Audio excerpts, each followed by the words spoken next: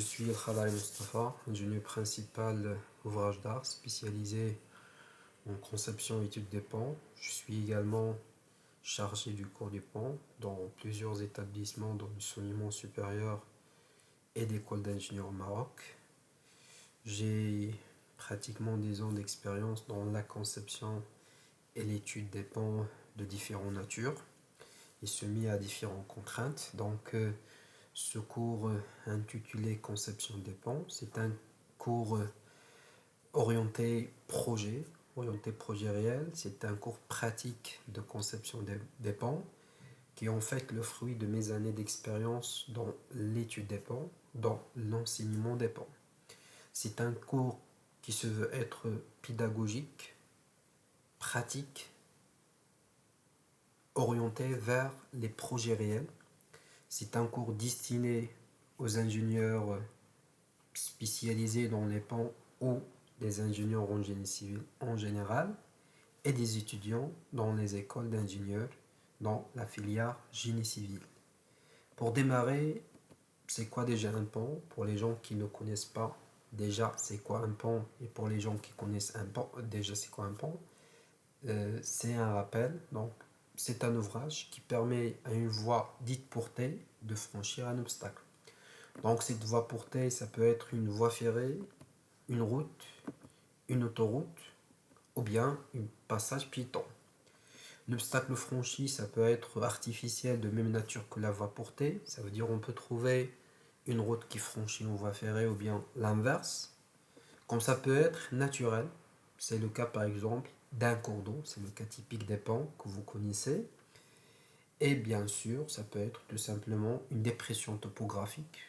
On préfère ne pas construire un remblai, donc on préfère passer plutôt par un ouvrage. Ou bien ça peut être un point singulier à particularité en fait géotechnique par exemple.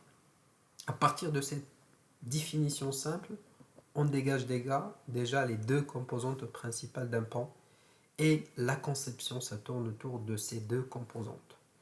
Il y a d'un côté la voie portée, et il y a de l'autre côté l'obstacle franchi.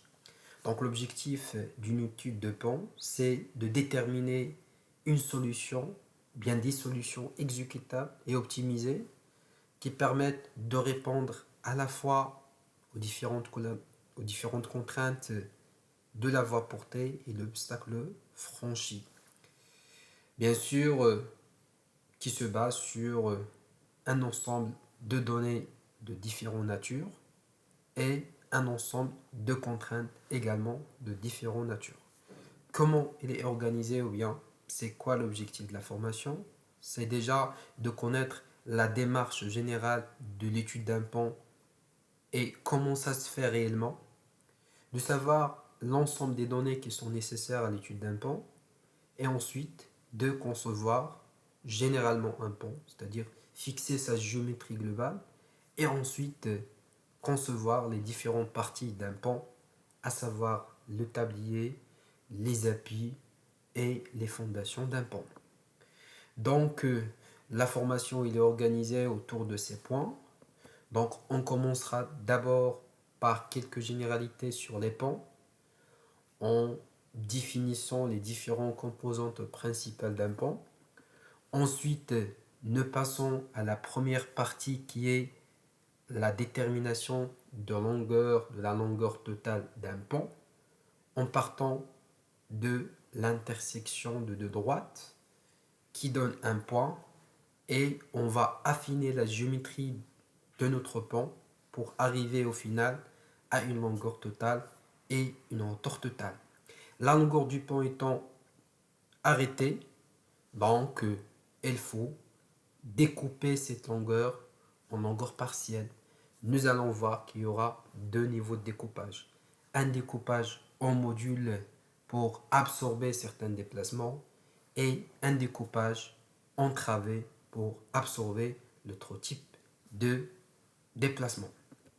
Ensuite, une fois les longueurs de travée arrêtées, on va voir comment adapter la structure de tablier à ce découpage en travée. Et bien sûr, on va faire la conception des différents variantes de tablier qu'on peut avoir. Donc, on va voir les points poutres, qu'ils soient en pré-contrainte ou bien en béton armé.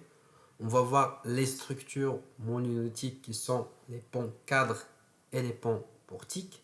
Et on va également voir les ponts dalles en béton armé et en béton pré-contrainte.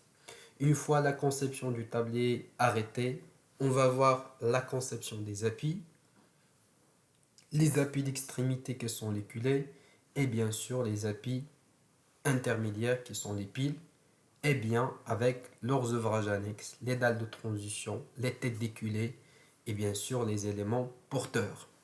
Les appuis reposent sur des fondations qui peuvent être superficielles ou bien profondes en fonction de la nature du sol et de la distance de charge à transmettre au sol. Et alors, nous allons voir comment concevoir les fondations d'un pont, comment faire le choix entre une fondation superficielle et une fondation profonde. Donc, nous allons parcourir tous ces aspects de conception des ponts qui sont les aspects fondamentaux de la conception et du nus de pont dans une approche pratique, structurée et orientée vers les projets réels. Je vous souhaite alors un bon apprentissage. Je serai à votre disposition tout au long de votre apprentissage, bien sûr, pour vos questions, vos demandes d'explication, vos demandes de complément. Et je vous souhaite une bonne formation.